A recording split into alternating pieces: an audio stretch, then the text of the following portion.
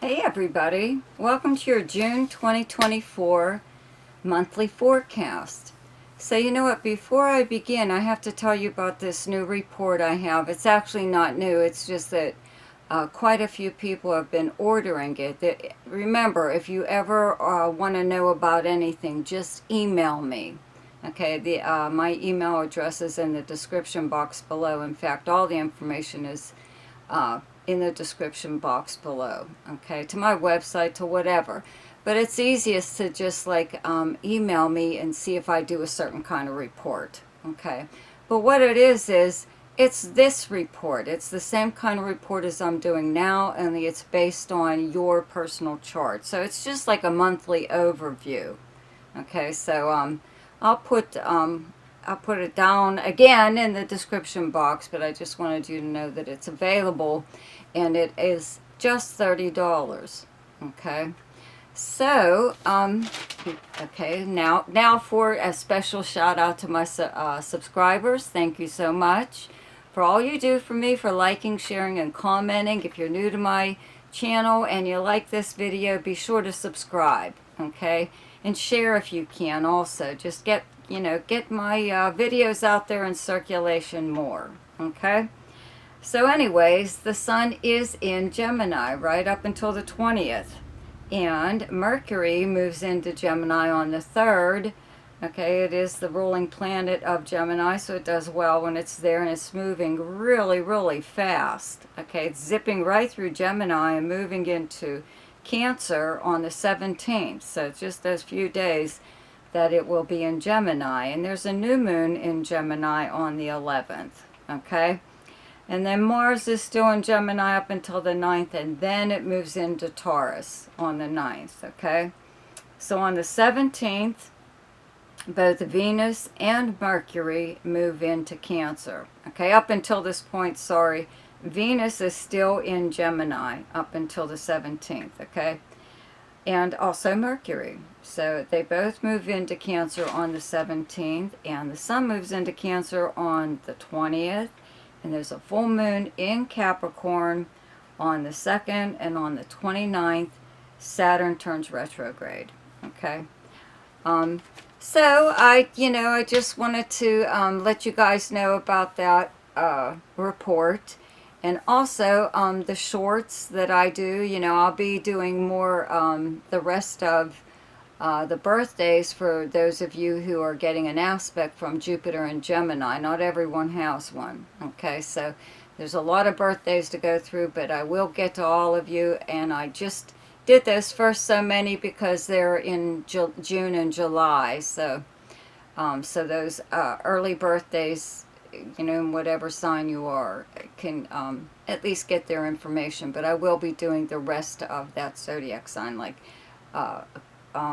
what is it, Virgo and Pisces and Leo, and who else?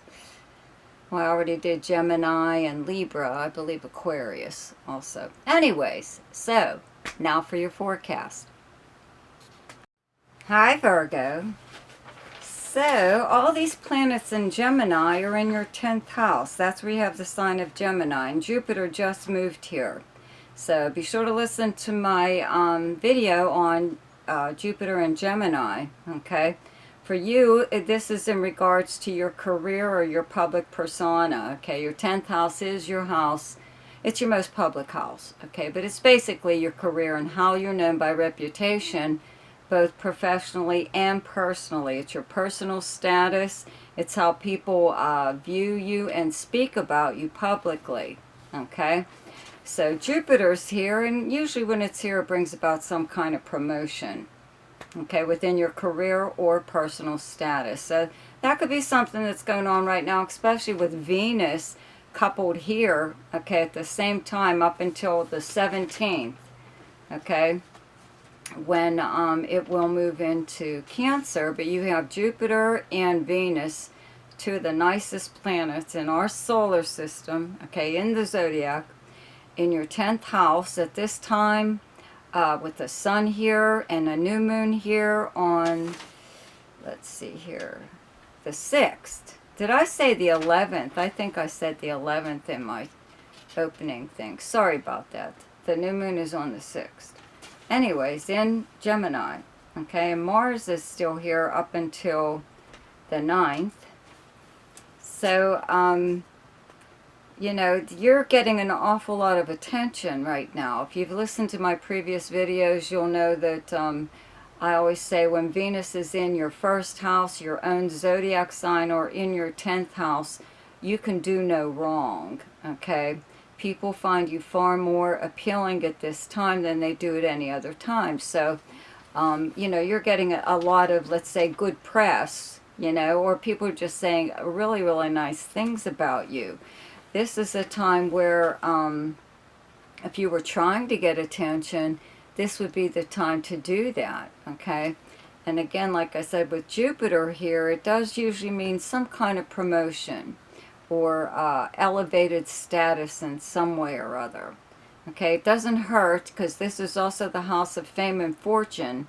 It doesn't hurt to play the lottery, you know, or play, you know, gamble somewhere or other, you know, enter a contest of some kind. 10th house is also the house of awards, you know, it's recognition, but sometimes you may receive some kind of an award or public recognition.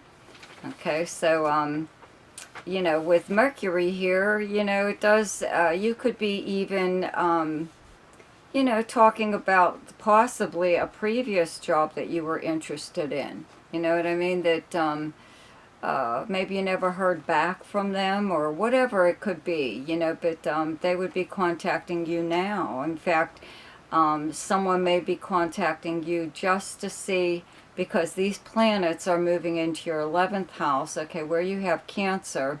The Sun will move here on the 20th, and Mercury and Venus on the 17th, okay?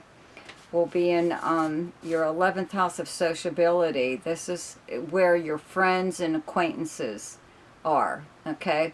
This is socializing in person or online, or where you would normally go to hang out. It's also any group or organization that you belong to, and also the house of dreams, hopes, and wishes. So some group or organization could ask you to join them right now. You know, maybe you're like a perfect fit for whatever it is that they do, you know, and you would be like an asset to the group or organization. Okay, with Mars moving into the 9th house, I'm sorry. Yeah, Mars. Hang on a second. Yeah, I'm sorry. Mars is in Aries up until the 9th. Boy, I must have really did a number on that opening. Anyways, yeah, so Mars is in your 8th house, okay, of other people's money and resources, a little while longer. Then it does move into the 9th house, where you have Taurus, and the planet Uranus is still transiting there right now. So this is the house of long-distance travel and communications and foreign people, countries, languages, cultures, higher learning, your philosophy on life, your spiritual, religious beliefs, many, many things. Okay, so with Mars here, though, this is the house of adventure, okay? And with Uranus being here, you still have stuff happening totally out of the blue in this area. This is also the house of legal matters, you know, so maybe you were pursuing something or other when Mars was in Aries, in your 8th house, pursuing some kind of payout, you know, a settlement of some kind, or an insurance payout, or whatever, you know. So now that Mars is in your 9th house of legal matters, maybe you're shoring that all up now. You know, it continues. The activity continues. At least you'll keep on it with Mars. Mars is a very energetic planet. But the 9th house being the house of adventure, you may actually just, you know, take off somewhere, you know, some kind of travel. You know, Jupiter was just here for like a full year, so you may have traveled or at least to one place that you've always wanted to go. So it could be something like that, where you fulfilled some kind of, you know, trip or whatever, you know, that you've always wanted to take, and now maybe you're returning there. around this new moon on the 6th in Gemini in your 10th house would bring like some kind of movement within your career or your public persona, your status, you know. It's a new beginning. Okay, so even if there doesn't seem like there's much going on, you are the one with the forward movement, you know. Even if you just come to a decision on this day, you may even change careers, you know, or decide to pursue something completely different, you know. So anyways, there's a full moon on the 21st in Capricorn in your 5th house. That's where you have the sign of Capricorn. 5th house is the house of fun and romance and games, gambling, creativity, anything to do with children, all kinds of fun. It's a fun place, okay? The 5th house is directly across from your 11th house where you have Cancer, your 11th house of friends. So around this time, you know, full moons exist to bring problems to the surface so they can be dealt with and then done away with. So this could be involving maybe one of your friends. They, you know, a lot of times your group of friends or anyone actually has to put their 2 cents in regards to something creative possibly that you're doing, or a romance that you're involved in, or it could even be something about your child. Whatever the case, you know, now would be the time to, you know, get that off your chest, to let whomever know that they should just keep their opinions to themselves. You're tired of hearing about it. Doesn't matter to you either way. You're still going to do whatever you want to do, right? So, yeah, and Saturn does turn retrograde on the 29th, but that's really not going to affect anyone right now because it's happening at the end of the month. So we'll cover that next month. Anyways, the best time to do something each month is when the moon is in your own sign, and the moon is in Virgo on the 12th, 13th, and 14th. The best time to lay low is when the moon is in your opposite sign, and your opposite sign is Pisces, and those dates are the 26th and 27th. The best time for romance, recreation, creativity, fun, gambling, or speculation, and anything to do with children is the 7th, 8th, 9th, 21st, 22nd, and 23rd. The best time for money is the 1st, 2nd, 14th, 15th, 16th, 28th, 29th, and 30th.